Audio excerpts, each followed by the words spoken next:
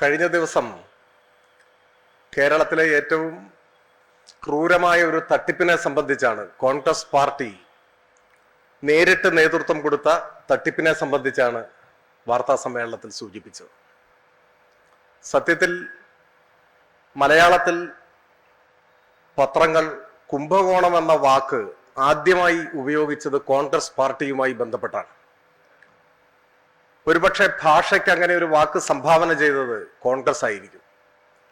പതിറ്റാണ്ടുകൾക്ക് മുൻപ് കേന്ദ്ര ഭരണത്തിന്റെ ഭാഗമായി രാജ്യത്ത് നടന്ന വൻകിട കൊള്ളയെ വിശേഷിപ്പിച്ചുകൊണ്ടാണ് മാധ്യമങ്ങൾ അങ്ങനെയുള്ള വാർത്തകൾ എഴുതി തുടങ്ങിയത്. അപ്പൊ അഴിമതിയുടെയും തട്ടിപ്പിന്റെയും ഒരു നീണ്ട ഭൂതകാലം രാജ്യത്തെ കോൺഗ്രസ് പാർട്ടിക്കുണ്ട്. എന്നാൽ കഴിഞ്ഞ ഒരു ദശാബ്ദമായി ഇന്ത്യയിൽ കോൺഗ്രസ് ദേശീയ രാഷ്ട്രീയത്തിൽ പ്രതിപക്ഷത്തിന്റെ റോളിലാണുള്ളത്. അധികാരം നഷ്ടപ്പെട്ടു. പക്ഷെ അധികാരം നഷ്ടപ്പെട്ടപ്പോൾ കോൺഗ്രസിൽ അഴിമതി അവസാനിക്കുകയല്ല ചെയ്തത്. അഴിമതിയുടെ പുതിയ അവസരങ്ങൾ തേടി കോൺഗ്രസ് നേതൃത്വം മുന്നോട്ടു പോവുകയാണ് ഉണ്ടായത്.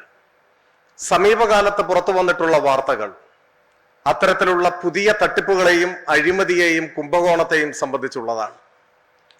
ഇപ്പോ ഭരണം നഷ്ടപ്പെട്ടപ്പോൾ പണമുണ്ടാക്കാനായി കോൺഗ്രസിന്റെ നേതാക്കൾ കണ്ടെത്തിയിട്ടുള്ള മാർഗം സീറ്റുകൾ വിൽക്കുക എന്നതാണ്. നിയമസഭാ സീറ്റ് മുതൽ പാർലമെന്റ് സീറ്റും രാജ്യസഭാ സീറ്റും എല്ലാം വിൽപ്പനയ്ക്ക് വെച്ചുകൊണ്ട് അഴിമതിയുടെ ഒരു പുതിയ മുഖം തുറന്നിരിക്കുകയാണ് രാജ്യത്തെ കോൺഗ്രസ്. കഴിഞ്ഞ ദിവസങ്ങളിൽ അതിന്റെ ഞെട്ടിപ്പിക്കുന്ന വിവരങ്ങളാണ് പുറത്തു വന്നത്. ഹരിയാനയിലെ സീറ്റ് കുംഭകോണവുമായി ബന്ധപ്പെട്ട വിവരങ്ങൾ.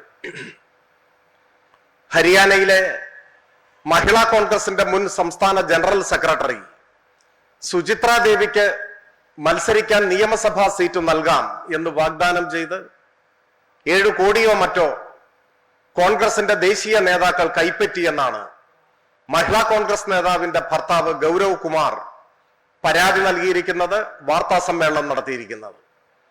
കോൺഗ്രസിന്റെ ഏറ്റവും ഉന്നതരായ നേതാക്കൾ പ്രിയങ്ക ഗാന്ധിയും KC വേണുഗോപാലും കൊടിക്കുന്നിൽ സുരേഷുമാണ് ആരോപണ വിധേയരായിട്ടുള്ളവർ.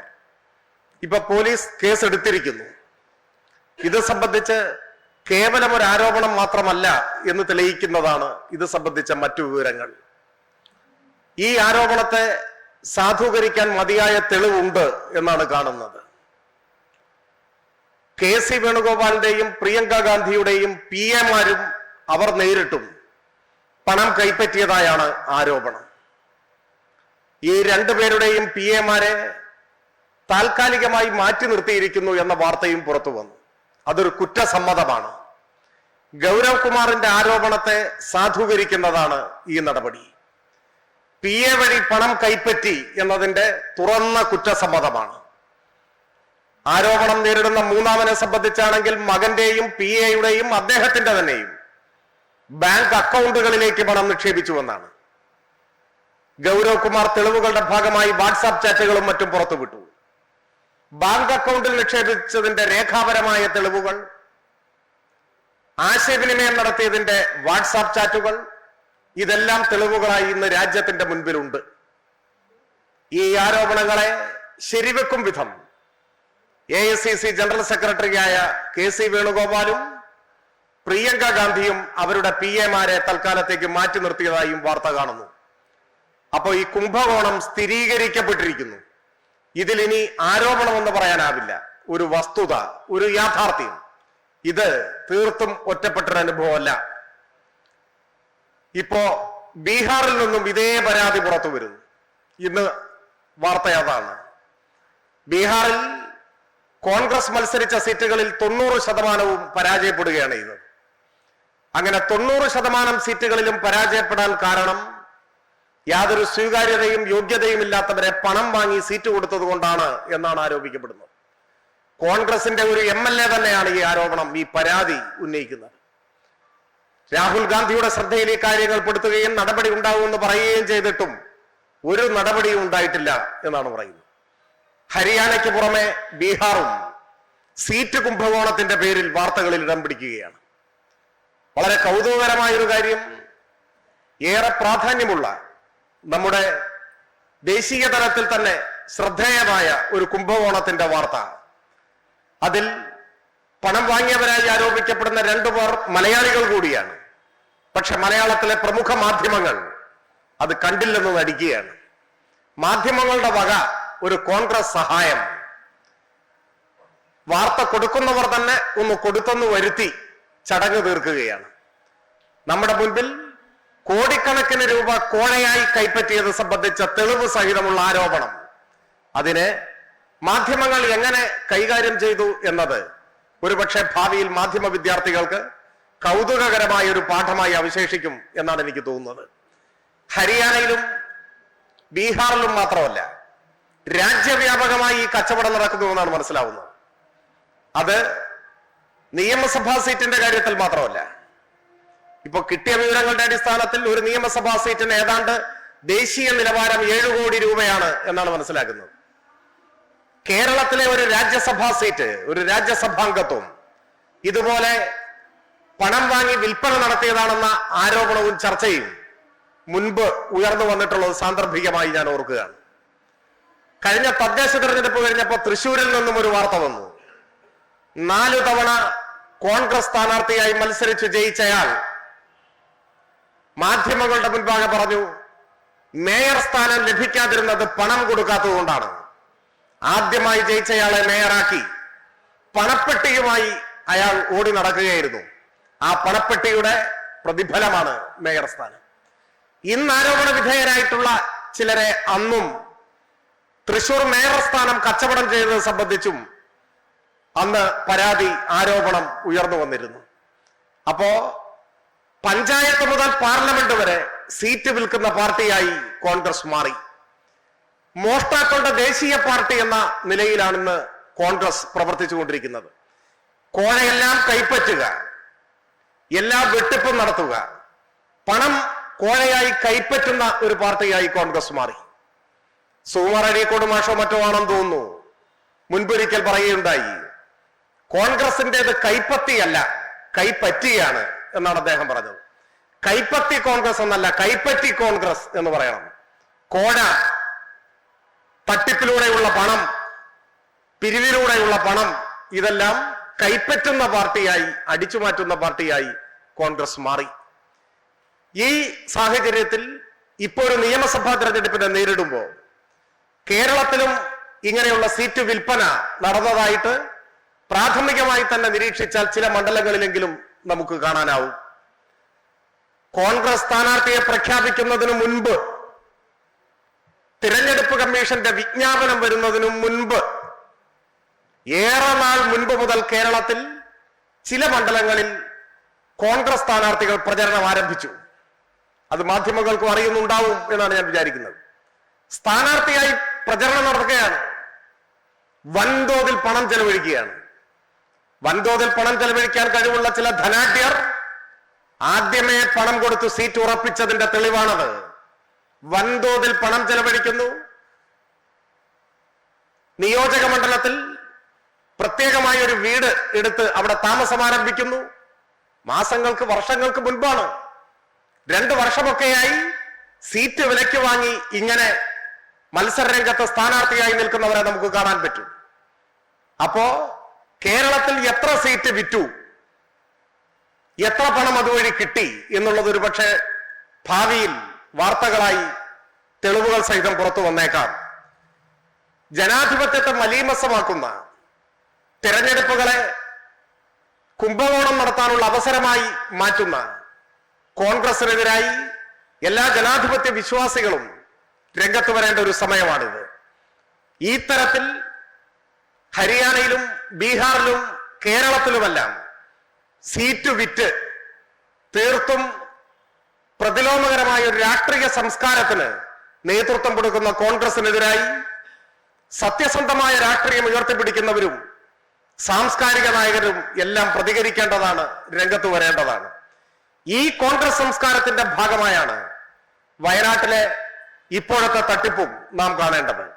ഈ നിമിഷം വരെ എത്ര തുക പിരിച്ചെന്നോ ഏത് അക്കൗണ്ടിലാണ് പണമുള്ളതെന്നോ പറഞ്ഞിട്ടില്ല. KPCC പ്രസിഡന്റിന്റെയും പ്രതിപക്ഷ നേതാവിന്റെയും സംയുക്ത ബാങ്ക് അക്കൗണ്ടിൽ പണമുണ്ട് എന്ന് പറഞ്ഞത് ഇപ്പോൾ വിഴുങ്ങിയിരിക്കുകയാണ്. പച്ചക്കള്ളം പറഞ്ഞ് മലയാളിയുടെ ക്ഷമയെ പരീക്ഷിക്കുന്നവർ കുംഭകോണത്തിന്റെ വക്താക്കളായി നിൽക്കുകയാണ്.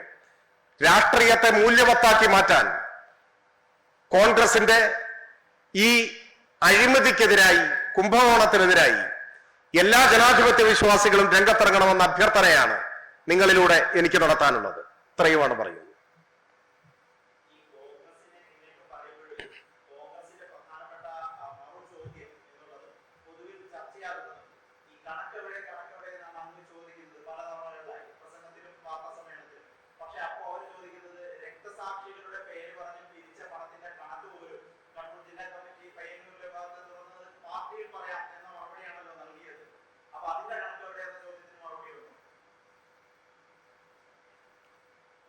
ഈ ചോദ്യത്തിന്റെ തന്നെ ഒരു തകരാറ്, നിങ്ങളുടെ അല്ല, കോൺഗ്രസിന്റെ ചോദ്യത്തിന്റെ തകരാറ്, കേരളത്തിൽ ചരിത്രത്തിൽ ഇല്ലാത്തതുപോലെ ഹൃദയശൂന്യമായ ഒരു തട്ടിപ്പ് നടത്തിയിട്ട് അത് പിടിക്കപ്പെട്ട്, കയ്യോടെ പിടിക്കപ്പെട്ട് അപമാനിതരായി നിൽക്കുന്ന സമയത്ത് തിരിച്ചൊരു ചോദ്യം ചോദിക്കുകയാണ്. ഒരു ചോദ്യത്തിന്റെ മറുപടി മറ്റൊരു ചോദ്യമല്ല. കേരളം മുഴുവൻ ചോദിക്കുന്നു, വയനാട്ടിൽ എത്ര തുക പിരിച്ചു, ഏത് അക്കൗണ്ടിലാണ് ആ പണം ഉള്ളത്? ചോദിക്കാൻ കാരണം എന്താണ്? പൊതുവിജ്ഞാനം വർദ്ധിപ്പിക്കാനല്ല. വീട് നിർമ്മിച്ചു നൽകുമെന്ന് പറഞ്ഞിട്ട് വീട് നിർമ്മിക്കുന്നില്ല. തെരഞ്ഞെടുപ്പിന്റെ തൊട്ട് മുൻപ് വാസയോഗ്യമല്ലെന്ന് പരാതിയുള്ള ഒരു സ്ഥലം, അത് 3 ഏക്കർ എന്നോട്ടമാണ് കേട്ടത്. 230 വീട് വെക്കാൻ 3 ഏക്കർ സ്ഥലം. നിങ്ങൾക്കൊന്നും തോന്നുന്നില്ല അത് കേട്ടിട്ട്? 230 വീട് വെക്കാൻ 3 ഏക്കർ സ്ഥലം, അതൊരു ലോകാത്ഭുതമായിരിക്കും. അതവിടെ നിൽക്കട്ടെ. ഒരു കല്ലിടൽ മാമാങ്കം നടത്തുന്നു, ഒരൊറ്റ വീട് അവിടെ നിർമ്മിക്കാൻ പോകുന്നില്ല. ഈ ഘട്ടത്തിലാണ് ആ ചോദ്യം ഉയരുന്നത്. അപ്പൊ ആ ചോദ്യത്തിന് മറുപടി പറയണം. അതിന് പകരം നിങ്ങളുടെ കണക്ക് എവിടെയെന്ന് ചോദിക്കുകയാണ്. അത് ഞാൻ മറുപടി പറയാം. പക്ഷെ ഈ ചോദ്യത്തിന്റെ മറുപടി ആ ചോദ്യമാണോ? രക്തസാക്ഷി ഫണ്ടിനെ സംബന്ധിച്ചിടത്തോളം കോൺഗ്രസിന്റെ സംസ്കാരമല്ല CPIM-നുള്ളത്. കേരളത്തിൽ കോൺഗ്രസ് ഇന്നോളം പിരിച്ചിട്ടുള്ള പണം മോഷ്ടിച്ച ചരിത്രമേ ഉള്ളൂ. അത് K Damodara Menon, Leela Damodara Menon, Panampilly Govinda Menon, CM Stephen, ഒടുവിൽ കെ കരുണാകരൻ വരെ 4 വട്ടം പിരിച്ചില്ലേ കെ കരുണാകരന്റെ സ്മാരകം ഉണ്ടാക്കാൻ പൈസ? വട്ടിയൂർക്കാവിലെ സ്ഥാനാർത്ഥിയോടെങ്കിലും നിങ്ങൾ ചോദിക്കണ്ടേ ആ കാശ് എവിടെ പോയി എന്ന്?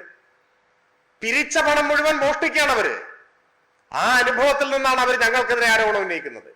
എന്നാൽ നിങ്ങൾ ഉന്നയിച്ചിട്ടുള്ള പയ്യന്നൂരിലെ ധനരാജിന്റെ കുടുംബസഹായ ഫണ്ട് സംബന്ധിച്ചാണ് ചോദ്യമെങ്കിൽ, രക്തസാക്ഷിയുടെ പേരിൽ പിരിച്ചിട്ടുള്ള ഫണ്ടിൽ നിന്നും ഒരണ വകമാറുകയോ ദുരുപയോഗം ചെയ്യുകയോ ചെയ്യില്ല. ആ ഫണ്ട് പിരിക്കുമ്പോൾ ഞങ്ങളുടെ മുൻപിലുള്ള ലക്ഷ്യം അദ്ദേഹത്തിന്റെ കുടുംബത്തെ സംരക്ഷിക്കുക, വീട് നിർമ്മിച്ചു കൊടുക്കുക, കുടുംബാംഗങ്ങളുടെ ഭാവി സുരക്ഷിതമാക്കാൻ അവരെ സംരക്ഷിക്കാൻ ചെലവഴിക്കുക, അദ്ദേഹത്തിന്റെ പേരിൽ സ്മാരകം നിർമ്മിക്കുക, ആ കേസ് കുറ്റമറ്റ രൂപത്തിൽ നടത്തുക, അതുമായി ബന്ധപ്പെട്ട മറ്റു സംഭവങ്ങളിലെ കേസുകൾ, ആ കേസ് നടത്തുക, ഇത്തരം കാര്യങ്ങളൊക്കെയാണ് മുൻപിലുള്ളത്. ഇതെല്ലാം ഭംഗിയായി നിർവഹിക്കപ്പെട്ടു. ഈ ആരോപണം ഉന്നയിക്കുന്ന ആളുകൾ, ധനരാജന്റെ കുടുംബം അവിടെയുണ്ട് പയ്യന്നൂര്. നിങ്ങൾക്കറിയോന്ന് എനിക്കറിയില്ല, അവരോടൊന്ന് ചോദിക്കണം. അവർ പറയും ഈ രക്തസാക്ഷി ഫണ്ട് സമാഹരിച്ചതിന്റെ ഭാഗമായി പാർട്ടി എങ്ങനെ അത് ചെലവഴിച്ചു, അവരോട് നീതി പുലർത്തിയോ, എന്താണ് അവരുടെ അഭിപ്രായം? കോൺഗ്രസിന്റെ ജൽപ്പനങ്ങളെ ചവിട്ടിയരച്ചു കളയുന്ന പുല്ലുപോലെ ആ കുടുംബം അവഗണിക്കും. ഒരൊറ്റ ഉറപ്പിക വകമാറില്ല. ഇപ്പോ അർത്ഥരഹിതമായ ബഹളം ഉണ്ടാക്കുന്നത് എന്തുകൊണ്ടാണ്? സ്ഥാനമോഹിയായിട്ടുള്ള ഒരാൾ പാർട്ടിക്ക് പുറത്തു വന്ന് കോൺഗ്രസിന്റെ പിന്തുണയോടെ മത്സരിക്കുമ്പോ അയാൾ പറയുന്ന കളവല്ലേ, പച്ച കള്ളമല്ലേ പറയുന്നത്? ഇന്നലെ ഒരു ബാങ്ക് അക്കൗണ്ട് പുറത്തു വിട്ടു. ആ ബാങ്ക് അക്കൗണ്ട് അദ്ദേഹം കൈകാര്യം ചെയ്തിരുന്ന അക്കൗണ്ടാണ്. എന്നിട്ട് പറയുകയാണ് വ്യക്തിപരമായ അക്കൗണ്ടാണെന്ന്.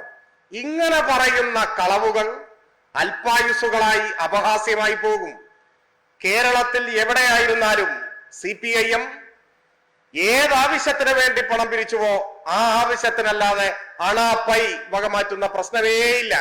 കോൺഗ്രസ് ആയിട്ട് ഞങ്ങളെ താരതമ്യപ്പെടുത്തണ്ട, അതാണ് അവർക്കുള്ള മറുപടി. ചോദിച്ച ചോദ്യത്തിന് അവർ മറുപടി പറയട്ടെ. പറഞ്ഞാൽ പോരെ? ആദ്യം പറഞ്ഞല്ലോ, എന്റെയും KPCC പ്രസിഡന്റിന്റെയും പേരിൽ സംയുക്ത അക്കൗണ്ട് പറഞ്ഞില്ലേ? ആ പ്രസ്താവനയിൽ ഇപ്പോ ഉറച്ചു നിൽക്കുവോ? ആ അക്കൗണ്ടിൽ ഉണ്ടോ? ആ അക്കൗണ്ട് ഏത് ബാങ്കിലാണ്? എന്തിന് ഞങ്ങൾക്ക് ഇത്ര പണം കിട്ടി, ഞങ്ങൾ 230 വീട് നിർമ്മിക്കാൻ പോകുന്നു പറഞ്ഞാ പോരെ? ഏത്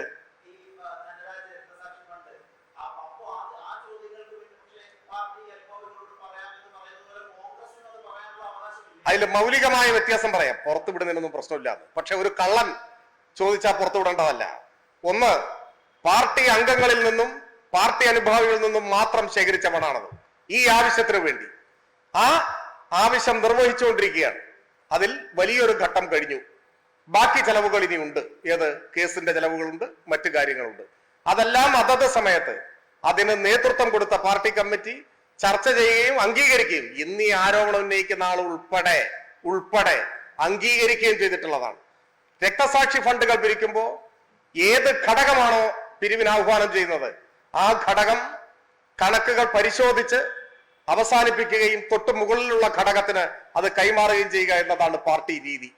ആ രീതി തന്നെയാണ് തുടരുന്നത്. വ്യാജമായ ആരോപണങ്ങളുടെ മുന്നിൽ അതിനപ്പുറത്തേക്ക് പോകേണ്ടതുണ്ടോ എന്ന് ഞങ്ങൾ ആലോചിക്കും.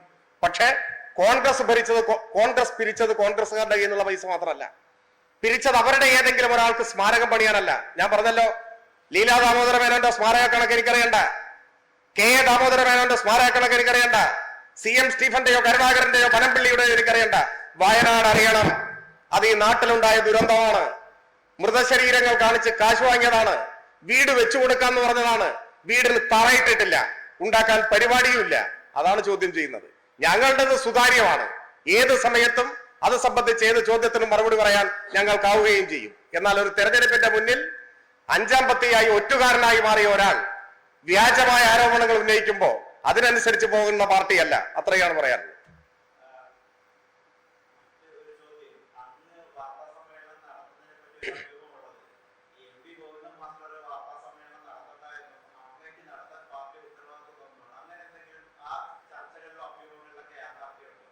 ശുദ്ധ അസംബന്ധമല്ലേ? CPIM-നെ കുറിച്ച് അറിയുന്ന ആരെങ്കിലും അങ്ങനെ പറയൂ? ഒന്നുകിൽ ഇങ്ങനെ പറയുന്ന ആളുകൾക്ക് CPIM-നെ കുറിച്ച് ഒന്നും അറിഞ്ഞുകൂടാ, അല്ലെങ്കിൽ തെരഞ്ഞെടുപ്പ് കാലമല്ലേ, ഒന്ന് കൊഴുപ്പിക്കാൻ ഒരു വാർത്ത ഇരിക്കട്ടെ എന്ന് കരുതിയിട്ടുണ്ടാവും. ഞങ്ങളെല്ലാം ഒരു കൂട്ടായ നേതൃത്വത്തിന്റെ ഭാഗമായി പ്രവർത്തിക്കുന്നവരാണ്. പൊതുവായ തീരുമാനങ്ങളുടെ അടിസ്ഥാനത്തിലാണ് ഞങ്ങൾ ഓരോ കാര്യങ്ങളും ചെയ്തുകൊണ്ടിരിക്കുന്നത്. ഞാൻ വിചാരിക്കുന്ന ഇന്നലെ വാർത്താ സമ്മേളനം നടത്തിയില്ലേ? ഇല്ലേ? അല്ല, ഞാൻ പറയുന്നത് എന്റെ അറിവിൽ മാഷ് വാർത്താ സമ്മേളനം നടത്തി. ഈ ദിവസങ്ങളിലെല്ലാം മാധ്യമങ്ങളെ കാണുന്നുമുണ്ട്, മാധ്യമങ്ങളോട് പ്രതികരിക്കുന്നുണ്ട്. ഇപ്പോ മുഖ്യമന്ത്രിയുടെ വാർത്താ സമ്മേളനം തന്നെ അലങ്കോലപ്പെടുത്താനുള്ള ശ്രമം ഉണ്ടായല്ലോ. ഇവരെല്ലാം തിരക്കിട്ട പരിപാടികൾ നടത്തിക്കൊണ്ടിരിക്കുന്നതിനിടയിൽ സൗകര്യം പോലെ വാർത്താ സമ്മേളനം നടത്തും, മാധ്യമങ്ങളെ കാണും, അവരുമായി പ്രതികരിക്കും. ഇപ്പൊ ഒരു ദിവസം മാധ്യമങ്ങളെ കണ്ടു, അവർക്ക് ചോദിക്കാനുള്ള കാര്യങ്ങൾ ചോദിച്ചു, അതിന് മറുപടി പറഞ്ഞു. അന്ന് പിന്നെ വേറൊരു വാർത്താ സമ്മേളനം നടത്തണം എന്നുണ്ടോ? അങ്ങനെ ഇല്ല. അപ്പോ തീർത്തും അടിസ്ഥാനരഹിതമായിട്ടുള്ള കാര്യങ്ങളാണ്. പൂർണ്ണമായിട്ടും തള്ളിക്കളയുന്നു. അത്തരത്തിലുള്ള എല്ലാ ഊഹാപോഹങ്ങളെയും തള്ളിക്കളയുന്നു.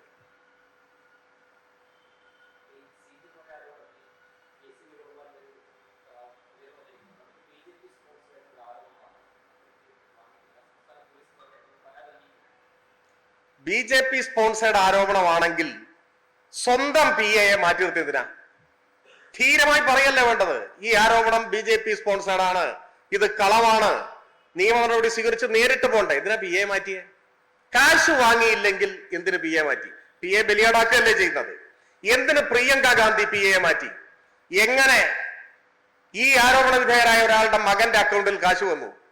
എങ്ങനെ സ്വന്തം അക്കൗണ്ടിൽ കാശ് വന്നു? അക്കൗണ്ടിൽ കാശ് വന്നിട്ട് ആരോപണമാണെന്ന് പറയാൻ പറ്റൂ? അങ്ങനെ പറയാൻ പറ്റില്ലല്ലോ. അപ്പോ തെളിവുകൾ സഹിതമാണ് ആരോപണം. ഇത് ഒറ്റപ്പെട്ടതല്ല. ഇപ്പൊ ബീഹാറിൽ നിന്ന് വരുന്നു, ഞാൻ പറഞ്ഞില്ലേ, ബീഹാർ മുതൽ തൃശൂർ വരെ സീറ്റ് കുംഭകോണത്തിന്റെ ആരോപണങ്ങൾ വരികയാണ്. ഈ ആരോപണങ്ങളുടെ പശ്ചാത്തലത്തിൽ രേഖാപരമായും സാഹചര്യത്തിലുമുള്ള തെളിവുകൾ നമ്മുടെ മുന്നിലുണ്ട്. ആ തെളിവുകൾ ആണ് കോൺഗ്രസിന് മറുപടി പറയേണ്ടതായി അവശേഷിക്കുന്നത്.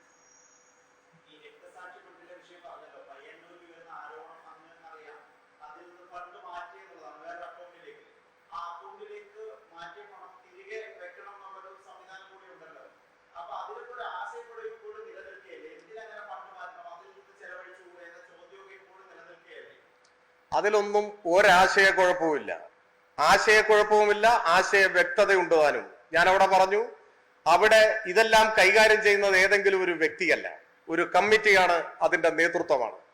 പാർട്ടി ഏരിയ കമ്മിറ്റിയിൽ നിന്ന്, ഏരിയ കമ്മിറ്റിയുടെ ഫണ്ടിൽ നിന്ന് ചിലപ്പോ അത്യാവശ്യമായ ഒരു ഘട്ടത്തിൽ പണം കൊടുക്കേണ്ടി വന്നാൽ കൊടുക്കും. അപ്പോ മറ്റൊരു ഫണ്ടിൽ നിന്ന് അത് തിരികെ എടുക്കും, അത് തിരിച്ചു കൊടുക്കും. ഇതൊക്കെ ഒരു ഏരിയ കമ്മിറ്റി നടത്തുന്ന പണമിടപാടാണ്. അതിൽ ഏതെങ്കിലും വിധത്തിലുള്ളൊരു സംശയമോ ആശയക്കുഴപ്പമോ പാർട്ടിയുമായി ബന്ധപ്പെട്ട് നിൽക്കുന്ന ഒരാൾക്കുമില്ല. ഇവിടെ പ്രശ്നം എന്താണ്?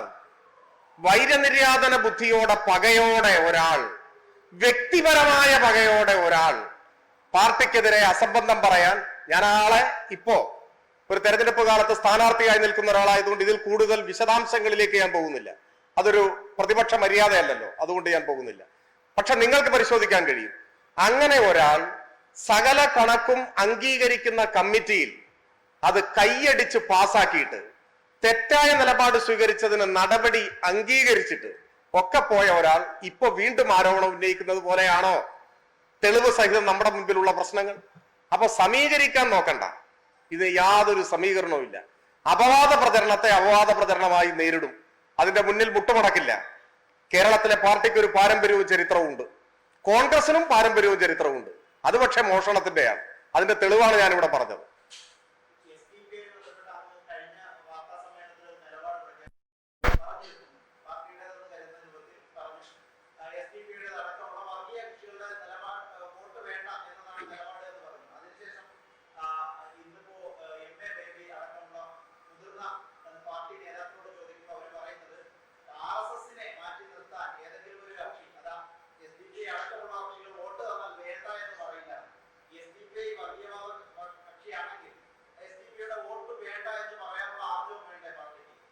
നിങ്ങളുടെ ചോദ്യത്തിലെ ഭൂരിപക്ഷം ഭാഗവും നിങ്ങളുടെ സംഭാവനയാണ്, ജനറൽ സെക്രട്ടറിയുടേതല്ല. ജനറൽ സെക്രട്ടറി പറയാത്ത വാക്കുകൾ നിങ്ങളുടെ ചോദ്യത്തിൽ പറഞ്ഞതായിട്ട് നിങ്ങൾ ഉന്നയിക്കുന്നുണ്ട്. അത് തീർത്തും തെറ്റാണ്. ഞാൻ കഴിഞ്ഞ തവണ ഈ ചോദ്യം വന്നപ്പോ ഒരു വാക്കുകൊണ്ട് പോലും ആ ചോദ്യത്തിൽ നിന്ന് ഒഴിഞ്ഞു മാറാതെ, ഞാൻ വിചാരിക്കുന്നത് നിങ്ങൾക്ക് തൃപ്തികരമാകുന്നത് പോലെ തന്നെ ഞാൻ അതിന് മറുപടി പറഞ്ഞിരുന്നു. അവിടെ അവസാനിച്ചതാണ്. അന്ന് മറുപടി പറഞ്ഞപ്പോ ജനറൽ സെക്രട്ടറി പറഞ്ഞ മറുപടിയെ ചൂണ്ടിക്കാണിച്ചുകൊണ്ടാണ് ഞാൻ പറഞ്ഞത്. ജനറൽ സെക്രട്ടറി ഒരു കാര്യം വ്യക്തമാക്കി. വീണ്ടും വീണ്ടും അതിനെക്കുറിച്ച് ചോദിക്കുന്നതിന്റെ സാങ്കത്യം എനിക്ക് മനസ്സിലാവുന്നേയില്ല. ഈ വിഷയത്തിൽ നിലപാടുണ്ട്, ആ നിലപാടിൽ നിന്ന് മാറുമ്പോഴാണ് അത് വിശദീകരിക്കേണ്ടത്. പ്രഖ്യാപിതമായ ആ നിലപാട് എന്താണ്? ഒരു വർഗീയ ശക്തിയുടെയും പിന്തുണ ഞങ്ങൾ തേടില്ല. എല്ലാ വർഗീയ ശക്തികളെയും ഞങ്ങൾ കലവറയില്ലാതെ എതിർക്കും.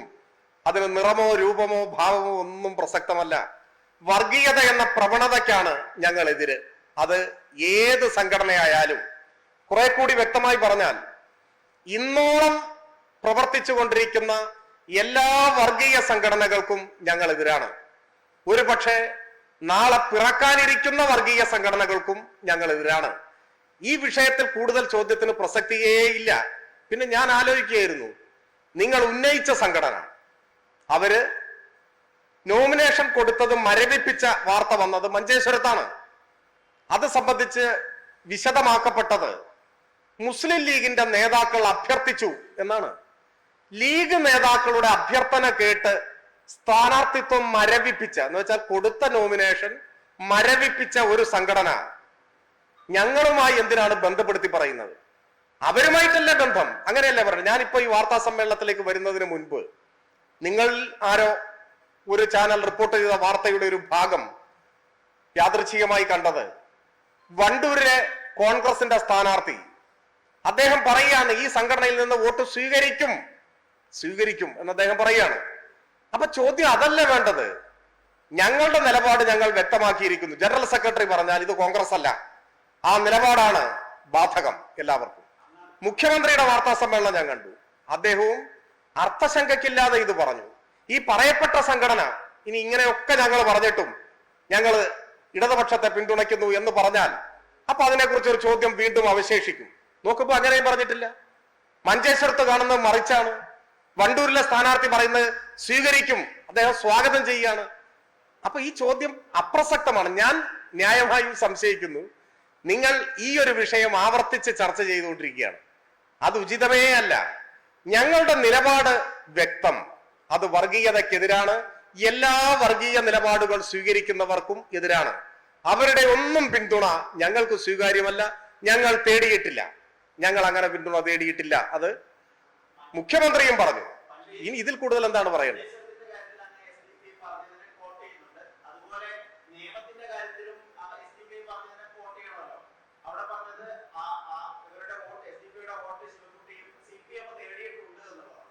ആര് പറഞ്ഞു? ആ ശരി, നിങ്ങൾക്ക് അവരെയാണോ വിശ്വാസം? അല്ലല്ല, ഞങ്ങളുമായി ബന്ധപ്പെട്ട കാര്യത്തിൽ മഞ്ചേശ്വരത്തെ കാര്യത്തിന് സാഹചര്യ തെളിവില്ലേ, മരവിപ്പിച്ചില്ലേ സ്ഥാനാർത്ഥിയെ? അല്ലാതെ ഞാൻ പറയല്ലോ ചെയ്യുന്നത്. അവര് മറ്റേ പറഞ്ഞതനുസരിച്ച് ഡീലുണ്ടാക്കി, ധാരണയുണ്ടാക്കി, അങ്ങനെയാണോ ഞാൻ പറഞ്ഞല്ല. ഞാൻ ഉന്നയിച്ചത് ആരോപണമല്ല, ഞാൻ ചൂണ്ടിക്കാട്ടിയത് വസ്തുതയാണ്. അവിടുത്തെ സ്ഥാനാർത്ഥിത്വം പിൻവലിച്ചു, അതാണ് പറയുന്നത്. നിയമത്തെ കാര്യത്തിൽ അവിടുത്തെ സ്ഥാനാർത്ഥി പറഞ്ഞിട്ടുള്ളത് എന്താണ്? അത് ഞാൻ നോക്കി. നിങ്ങൾ ഈ പറയുന്ന വാചകം അതിലില്ല. അദ്ദേഹം വിശാലാർത്ഥത്തിൽ പറയുന്നു, BJP-യെ പരാജയപ്പെടുത്താൻ എല്ലാവരും പിന്തുണക്കണം. പിന്നെ ഒരു സ്ഥാനാർത്ഥി ഇപ്പൊ വീട് കയറി വോട്ട് ചോദിക്കും, ഇല്ലേ? വോട്ട് ചോദിക്കും. അതിൽ എല്ലാ വീടുകളും ഒരുപക്ഷെ ഉണ്ടാവും. അങ്ങനെ ഒന്നും നിങ്ങൾ വ്യാഖ്യാനിക്കരുത്. അദ്ദേഹം പറഞ്ഞിട്ടുണ്ട്, എല്ലാ വർഗീയ ശക്തികൾക്കും ഞങ്ങൾ എതിരാണ്. അദ്ദേഹം അവിടെ പറഞ്ഞിട്ടുണ്ട്. അവിടെ BJP-ക്കെതിരായിട്ടുള്ള മത്സരമാണ് നടക്കുന്നത്. അവിടെ സാധാരണഗതിയിൽ നിന്ന് വ്യത്യസ്തമായി ഞങ്ങൾക്ക് വ്യത്യസ്ത വിഭാഗങ്ങളിൽ നിന്ന് വോട്ട് കിട്ടാൻ സാധ്യതയുണ്ട്. മാധ്യമങ്ങൾ ചൂണ്ടിക്കാണിച്ചാൽ തർക്കിക്കാൻ പറ്റില്ല. കാരണം ഒരു വിഭാഗം കോൺഗ്രസ് അവിടെ ഞങ്ങൾ വോട്ട് ചെയ്യും. കഴിഞ്ഞ ഈ തെരഞ്ഞെടുപ്പിലും ചെയ്തിട്ടുണ്ട്. അപ്പോ നിയമത്തെ കാര്യം BJP-യെ പരാജയപ്പെടുത്തുക എന്നുള്ളതാണ്. അതും ഇതുമായി ബന്ധമേ ഇല്ല. ഇത് പല മണ്ഡലങ്ങളിലും സ്ഥാനാർത്ഥിയെ നിർത്തി മത്സരിക്കുന്ന ഒരു പാർട്ടി, അല്ലെ? അവർ പല മണ്ഡലങ്ങളിലും സ്വന്തം സ്ഥാനാർത്ഥിയെ നിർത്തി മത്സരിപ്പിക്കുന്നു. ഒരു മണ്ഡലത്തിൽ സ്ഥാനാർത്ഥിത്വം പിൻവലിച്ച് ലീഗ് നേതാക്കളുടെ അഭ്യർത്ഥന പ്രകാരം പിൻവലിച്ചിരിക്കുന്നു. പലയിടങ്ങളിൽ സ്ഥാനാർത്ഥികൾ പല അഭിപ്രായവും പറയുന്നുണ്ട്. അതാണ് ഞാനിപ്പോ നേരത്തെ പറഞ്ഞത്. അതൊക്കെ അതിന്റെ വഴിക്ക് വിടാം. ഞാൻ അതിന്റെ പേരിൽ ഒരു പുതിയ ആരോപണമൊന്നും ഉന്നയിക്കാൻ ഉദ്ദേശിക്കുന്നില്ല. പക്ഷെ ഞങ്ങളുടെ നിലപാട് ഞങ്ങൾ വ്യക്തമാക്കിയിട്ടുണ്ട്. ഇനി കൂടുതൽ വ്യക്തമാക്കണമെങ്കിൽ കൂടുതൽ വ്യക്തമാക്കേണ്ട സമയങ്ങളിൽ വ്യക്തമാക്കിക്കൊണ്ടേയിരിക്കാം, നിങ്ങളുടെ തൃപ്തിക്ക് വേണ്ടി.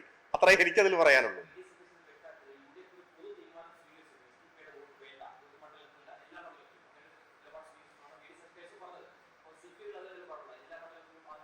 നിങ്ങള് അദ്ദേഹത്തിന്റെ നിലപാടൊക്കെയാണല്ലോ നിലപാടായിട്ട് പറയുന്നത്. അദ്ദേഹം പറഞ്ഞ ഒരു കാര്യം നിലപാടായിട്ടൊക്കെ സ്വീകരിച്ചാൽ എത്ര വലിയ അബദ്ധത്തിലേക്കായിരിക്കും സമൂഹം പോവുക. ഞാൻ ചോദിക്കട്ടെ, അദ്ദേഹം പറയുന്നത് ഞാൻ കേട്ടു, കഴിഞ്ഞ പാർലമെന്റ് തെരഞ്ഞെടുപ്പിൽ വോട്ട് വേണ്ട എന്ന് പറഞ്ഞു. അങ്ങനെ പറഞ്ഞില്ലേ അദ്ദേഹം? കഴിഞ്ഞ പാർലമെന്റ് തെരഞ്ഞെടുപ്പിൽ ഈ പറയപ്പെടുന്ന സംഘടന ഏത് മുന്നണിക്കാ വോട്ട് ചെയ്തത്? ഇതെല്ലാം ഒരു അഡ്ജസ്റ്റ്മെന്റ് അല്ലേ? കഴിഞ്ഞ പാർലമെന്റ് തെരഞ്ഞെടുപ്പ് കഴിഞ്ഞല്ലേ ഉപതെരഞ്ഞെടുപ്പുകൾ വന്നത്. ആ ഉപതെരഞ്ഞെടുപ്പിൽ പാലക്കാട് അസംബ്ലി മണ്ഡലത്തിൽ ഈ പറയുന്ന പാർട്ടി ആരെയാണ് പിന്തുണച്ചത്? ആർക്കാണ് വോട്ട് കൊടുത്തത്? പാർലമെന്റ് തെരഞ്ഞെടുപ്പിൽ പറഞ്ഞു എന്നാണ് അദ്ദേഹം പറയുന്നത്. എന്താ പാലക്കാട് ഉപതെരഞ്ഞെടുപ്പിൽ പറയാഞ്ഞ്? പാർലമെന്റ് തെരഞ്ഞെടുപ്പ് കഴിഞ്ഞ് 3 മാസം കഴിഞ്ഞപ്പോൾ നിലപാട് മാറിയോ? പാലക്കാട്ട് ഉപതെരഞ്ഞെടുപ്പിൽ ആ സമയത്ത് ഞാൻ അവിടെ ഉണ്ട്, നേരിട്ടറിവുള്ള കാര്യമാണ്. ഈ പറയുന്ന സംഘടനയാണ് UDF സ്ഥാനാർത്ഥിക്ക് വേണ്ടി വീടാന്തരം കയറി അവരുടെ പ്രത്യേകമായ നോട്ടീസ് വിതരണം ചെയ്തത്. ആ നോട്ടീസില്ലേ മാധ്യമപ്രവർത്തകരുടെ കയ്യിൽ? വീടാന്തരം കയറി ഈ സംഘടന UDF സ്ഥാനാർത്ഥിക്ക് വേണ്ടി വോട്ട് പിടിച്ചു. തെരഞ്ഞെടുപ്പ് റിസൾട്ട് വരുമ്പോ പൂർണ്ണമായി വോട്ടെണ്ണി കഴിയുന്നതിന് മുൻപ്, അപ്പോഴേക്ക് ഏതാണ്ട് റിസൾട്ട് പ്രവചിക്കാവുന്ന നിലയിലായി. ഭൂരിപക്ഷം മാത്രമേ കൃത്യമായി അറിയാനുള്ളൂ എന്ന നില വന്നു. വോട്ടെണ്ണൽ പൂർണ്ണമായിട്ടില്ല. ആ സമയത്ത് പാലക്കാട്ട് നഗരത്തിൽ ആദ്യത്തെ ആഹ്ലാദ പ്രകടനം നടത്തിയ പാർട്ടി ഏതാ? നിങ്ങൾ പാലക്കാട്ടെ റിപ്പോർട്ടർമാരോടൊന്ന് ചോദിച്ചു നോക്കൂ. പാലക്കാട് നിയമസഭാ തെരഞ്ഞെടുപ്പിൽ ഉപതെരഞ്ഞെടുപ്പിൽ UDF സ്ഥാനാർത്ഥിയുടെ വിജയം ഔദ്യോഗിക പ്രഖ്യാപനം വരുന്നതിന് മുൻപ് ആദ്യത്തെ ആഹ്ലാദ പ്രകടനം നടത്തിയ പാർട്ടിയാണ് ഈ പാർട്ടി. അവരുടെ പിന്തുണയിലാണ് ജയിച്ചത് എന്ന നിലയിൽ അതെല്ലാം വാങ്ങി ഉപയോഗിച്ചിട്ട്, ആ പിന്തുണ ഉപയോഗിച്ചിട്ട് ഇപ്പോ വലിയ വായിൽ ആദർശം പറഞ്ഞാൽ ആര് വിശ്വസിക്കും? ഒപ്പം മതരാഷ്ട്രവാദം ഉയർത്തിപ്പിടിക്കുന്ന ജമാഅത്തെ ഇസ്ലാമിയെ മുന്നണിയിലെ അനൌദ്യോഗിക ഘടകകക്ഷിയായി എടുത്ത് മുഴുവൻ മണ്ഡലത്തിൽ പിന്തുണ ഉറപ്പാക്കിയിട്ടാണോ മതേതരത്വം പറയുന്നത്? മതേതരത്വം എന്ന വാക്കു പറയാൻ ഏതായാലും ജമാഅത്തെ ഇസ്ലാമിയുടെ പിന്തുണയും RSSനോടുള്ള ധാരണയും വെച്ചു പുലർത്തുന്ന പ്രതിപക്ഷ നേതാവിന് ഒരവകാശവും ഇല്ല.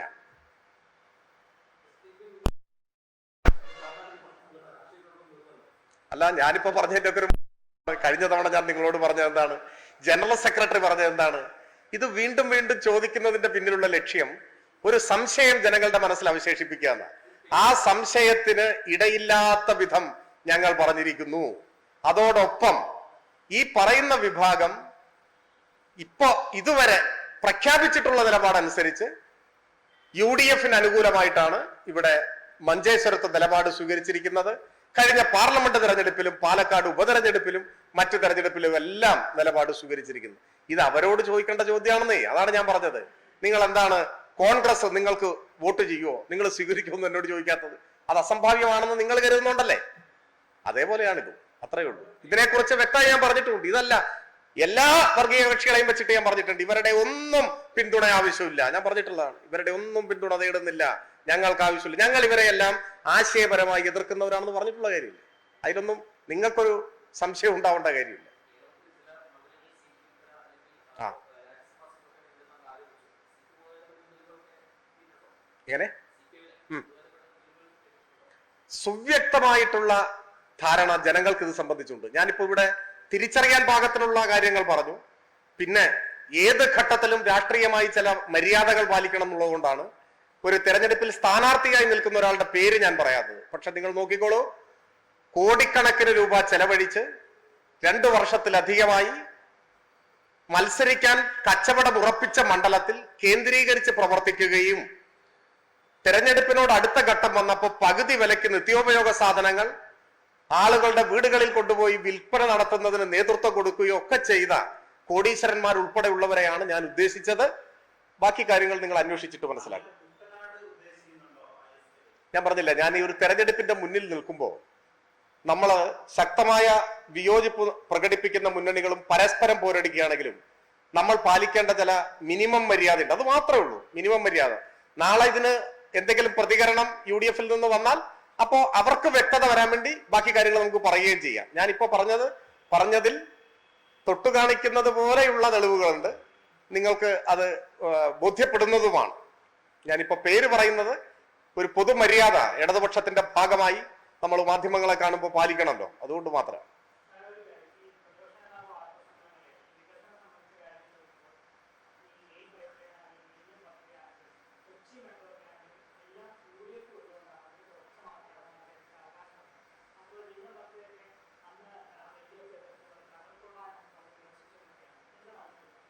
ഇതില് നമ്മൾ കാണേണ്ട ഒരു കാര്യം, വികസന സംബന്ധിയായ ചർച്ചകൾക്ക് പ്രതിപക്ഷ നേതാവോ UDF-ഓ സന്നദ്ധമാവുന്നില്ല എന്ന നിർഭാഗ്യകരമായ ഒരു പ്രശ്നമുണ്ട്.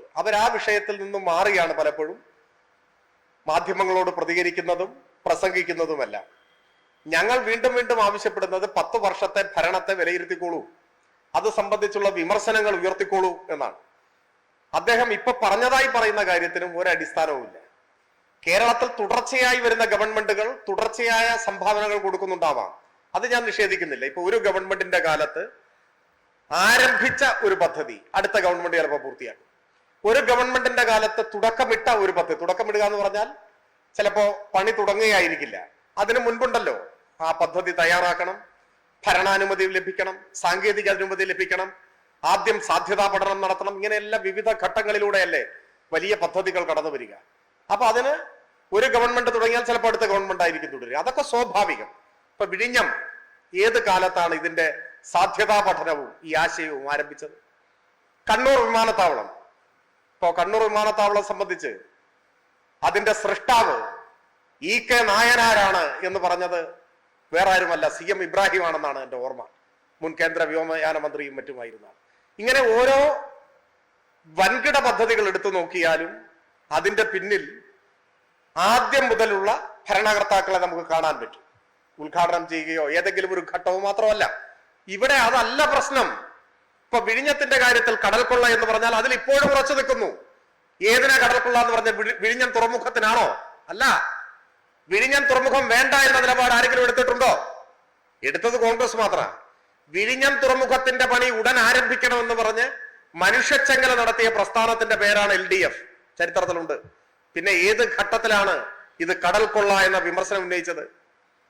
അദാനിയുമായി ധാരണാപത്രം ഒപ്പുവെച്ചപ്പോ കേരളത്തിന്റെ താല്പര്യങ്ങൾ സംരക്ഷിക്കപ്പെട്ടില്ല.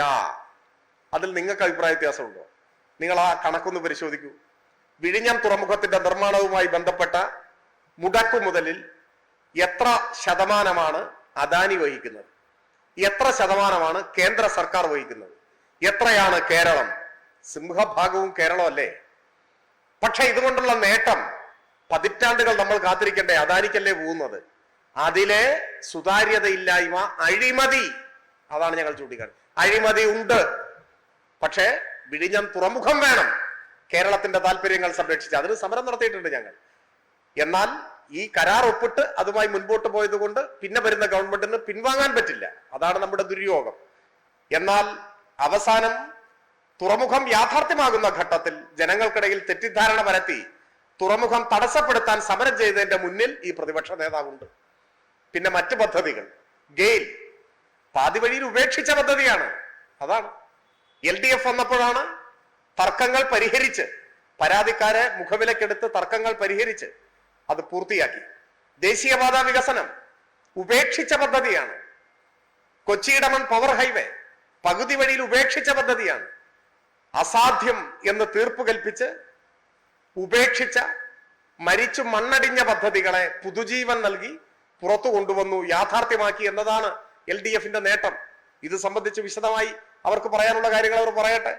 വസ്തുതകൾ ജനങ്ങളുടെ മുൻപാകെ ഉണ്ട്.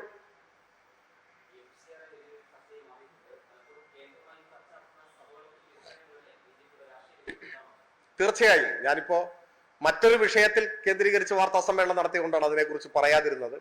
FCRA ഇപ്പോ ദുരുപയോഗപ്പെടുത്തുകയാണ് കേന്ദ്ര സർക്കാർ ആ നിയമം. പക്ഷെ അത് കേന്ദ്ര സർക്കാരിൽ മാത്രം ഒരു നിയമം ഉണ്ടായത് തന്നെ കോൺഗ്രസിന്റെ സൃഷ്ടിയാണ്. FCRA ആക്ട് ഉണ്ടായതെന്നാണ്, കോൺഗ്രസിന്റെ സൃഷ്ടിയാണ് ആ നിയമം. അതിൽ പഴുതുകളുണ്ട്, അത് ദുരുപയോഗം ചെയ്യപ്പെടും. RSSന് അനുകൂലമായ നിയമമാണത്. അതുണ്ടാക്കിയ കോൺഗ്രസ് ആണ്. കോൺഗ്രസിനും BJPക്കും ഒരേ മനസ്സാര്യങ്ങളിൽ ഇപ്പൊ അധികം BJP ആയതുകൊണ്ട് നമ്മൾ ശക്തിയായി BJP എതിർക്കുന്നു. അതിനെതിരെ പോരാടേണ്ടതുണ്ട്. ഇടതുപക്ഷത്തിന്റെ നിലപാട് ശക്തമായി പറഞ്ഞിട്ടുണ്ട്.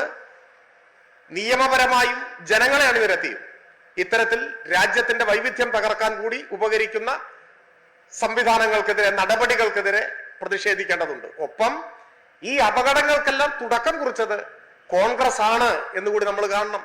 ഇപ്പൊ കേരളത്തിൽ വന്യജീവികളുടെ ശല്യം, കർഷകരുടെ ജീവിതം പ്രതിസന്ധിയിലാക്കിയിരിക്കുകയല്ലേ? അതിലേക്ക് നയിച്ച പ്രതിസന്ധികൾ ഉണ്ടാക്കിയ വന്യജീവി സംരക്ഷണ നിയമം ഇതുപോലെ കോൺഗ്രസിന്റെ സൃഷ്ടിയല്ലേ? കോൺഗ്രസിന്റെ അതേ കാഴ്ചപ്പാട് കൂടുതൽ അപകടകരമായി BJP പിന്തുടരുന്നു എന്നതാണ് പ്രശ്നം. രണ്ടും എതിർക്കപ്പെടേണ്ടതാണ്.